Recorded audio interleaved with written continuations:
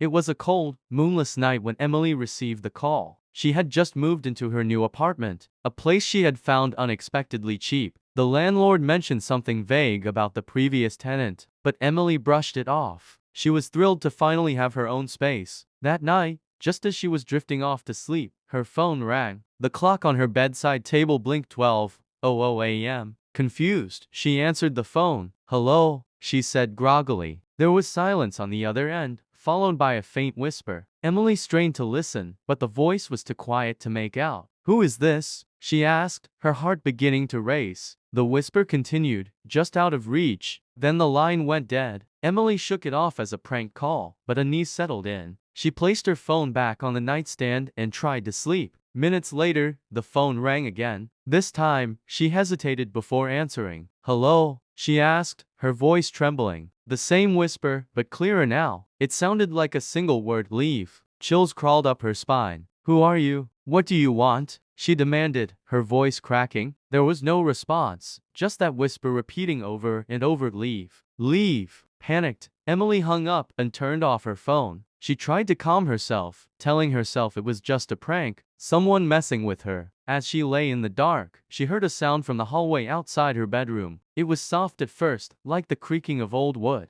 Then, it became louder footsteps. They were slow and deliberate, coming closer to her door. Emily froze, listening in horror as the footsteps stopped right outside her room. Her heart pounded in her chest. She could hear breathing on the other side of the door. Suddenly, her phone lit up on the nightstand, even though it was turned off. The screen flashed incoming call. With trembling hands, she picked it up and saw the number. It was her own. The phone vibrated violently in her hand as she answered it, her breath catching in her throat. "Leave," the voice on the other end whispered again, but this time it was unmistakable. The voice was hers. Then, her bedroom door creaked open. "Would you have stayed, or would you have left?"